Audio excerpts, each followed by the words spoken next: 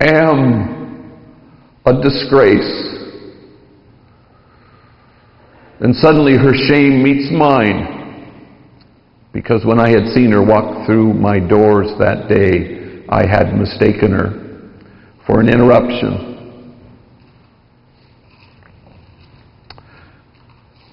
It's mutual. It's mutual.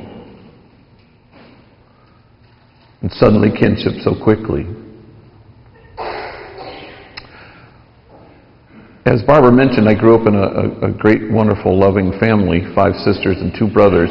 And when we were kids, we lived in a big old house, and my mom used to say, "Don't go to the attic." You know, and of course, this is all kids need to hear. You know, we were shortly thereafter selling tickets to the attic, you know. And so one day when she wasn't looking, we all ran up into the attic, and it was kind of a planky, precarious place, hence the prohibition. And so we were rummaging through a box at one point, and we see this old record. Am I in a crowd that knows what a record is? Okay. And it was a big clunky thing, kind of like clay, like red clay. That's how old it was. And it was, on the label, it had one song recorded on it. On the label was written, handwritten, Kathleen Conway, which is my mom's maiden name. And then underneath, "Oh Holy Night," the Christmas Carol. So we ran downstairs and we put it on our little kid's toy phonograph, and we encircled the speakers, and the needle hits the record, and we cannot believe our ears that through this kind of old scratchiness comes this amazing voice. And we discovered that our mom, before she decided to have 8 kids, was an opera singer. That it wasn't just the Christmas carol being sung, it was the operatic version of "O Holy Night," you know. With all the trills and frills. We couldn't believe that this glorious voice belonged to the woman who hollered at us to come to dinner, you know. So we played the grooves off of this thing, and I just remember a mantra was born. "Long lay the world in sin and error pining, till he appeared, and the soul felt its worth." And yeah, it's about Jesus, and yeah, it's about Christmas, but how is it not the job description of everybody in this room to appear and the soul feels its worth? Even folks who are so left out that they can't even imagine the moment will arrive when they will be included. And as you stand out there with exactly these folks, the exact same folks that Jesus consistently and always decided to accompany, the world will look at you and accuse you of wasting your time. But the prophet Jeremiah writes, "In this place of which you say it is a waste, there will be heard again the voice of mirth and the voice of gladness, the voices of those who sing." And how is that not the job description of everybody in this church this afternoon, but to make those voices heard? There was a homie who resisted all my efforts to help him more than just about anybody. Everybody called him Bandit. And I would ride my bike in the middle of the night into Aliso Village housing projects, and I'd see this kid Bandit run up to a car and sell crack cocaine, and I'd be standing kicking it with his homies in the darkened archway, straddling my bike, and I'd watch him come back counting his money. Even when he saw me, I'll be honest with you, there wasn't a lot of embarrassment there. I'd say, "How about a real job?" "That's okay, G, I'm doing okay." Until one day, 15 years ago, Bandit walked into my office. I couldn't believe my eyes. And he looked at me and he said, "I am tired of being tired." So I walk him to a job developer, and as luck would have it, they locate a job right away, entry-level, unskilled, low-pay, first kind of job in a warehouse. And now cut to today, 15 years later, Bandit is el mero chingón of the whole warehouse. He runs the whole place. He is the supervisor. He's married, has 3 kids, owns his own home. And I hadn't heard from him actually for a couple of years, and no news is good news usually with homies. But one Friday afternoon, he calls me sort of late in the day, a little bit breathless and paniqueado.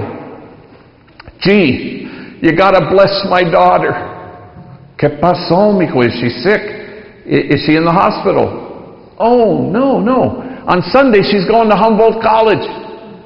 Imagine, my oldest, my Jessica, she's going to college. But Humboldt's far away. It's way up north. And she's going to move away. And she's a little chaparrita and we're afraid for her. So could you give her a blessing before she goes? And I said, oh my gosh, I'd be honored to. Look, tomorrow's Saturday. I have baptisms at 1. Why don't you guys come at 12:30? We'll do a little send-off. And sure enough, right at 12:30, they show up and I say, well, let's stand in front of the altar and let's surround Jessica with love in our bodies. So it was Jessica's parents and the other 2 kids, and we surround her. Everybody touch her, grab her arm, put your hands on her shoulder, put your hands on her head. I said, bow your heads and close your eyes. And as the homies say, I do a long-ass prayer. I go on and on. And somewhere in the middle of this prayer, I'm noticing that we're all becoming chillones. You know, we're all sniffling. We're all crying, every one of us.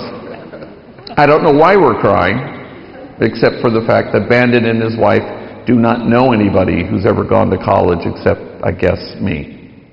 Certainly nobody in their families. So, you know, we finish the prayer and I'm wiping my eyes and I joke about how mushy and sentimental we got. And then I look at Jessica. So, what are you going to study at Humboldt College? She was very quick. Forensic psychology. Damn, forensic psychology.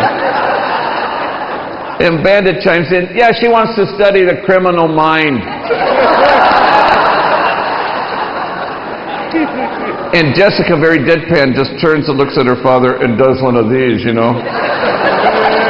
And he sees her and gets the joke and says, yeah, I'm going to be her first subject. Well, we go out to the car and big abrazos and they file in the car and then, but Bandit hangs back and I said, mijo, can I tell you something? I give you credit for the man you've chosen to become, for choosing to walk in your own footsteps. I'm proud of you. And his eyes fill up with tears. And he says, ¿Sabes qué? I'm proud of myself. All my life, people called me a lowlife, a bueno para nada, a good for nothing. I guess I showed them. Heck yeah, you did. And the soul feels its worth. Exactly right. Let me tell you one story, but before I do that, you might have heard that there's a book. Thank you for buying it. There'll be book signing and they'll be selling it. The nice people from Paulus will be there. If you buy this book and buy lots of them for Christmas, and it becomes Tuesday with Homie,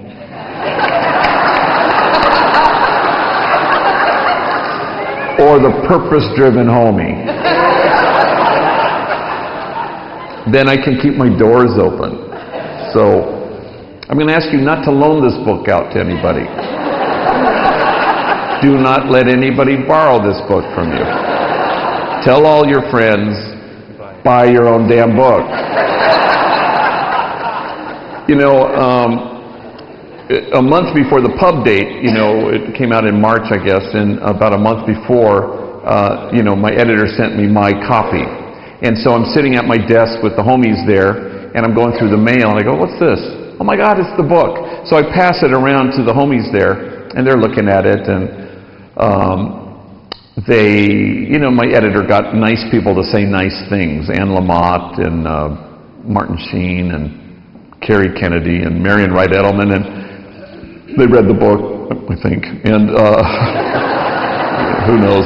Anyway, they say nice things. And on the back of the book at the top is Jack Cornfield, who's just a great man, a guru and a Buddhist and a philosopher and a wisdom figure, a great man. But the first sentence of his blurb is just filled with adjectives that are very effusive, and I'll spare you. But the second sentence begins this way. Father Boyle, the Gandhi of the gangs.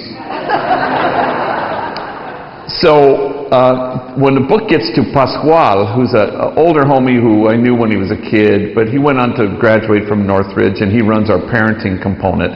And I didn't know this, but apparently part of his job description at Homeboy Industries is to take me down a notch, you know. So he gets to the blurb on the back and he goes, "The Gandhi of the gangs," you know, like this is way too effusive. Well, the next day he emails me, "Here's a blurb for your book. This book is astounding. Father Boyle is the Sarah Palin of the gang."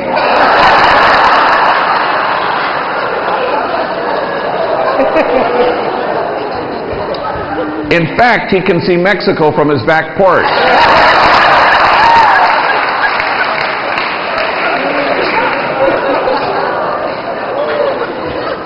I begged my editor to put that on the paperback edition, and she says she will not have it. I don't know.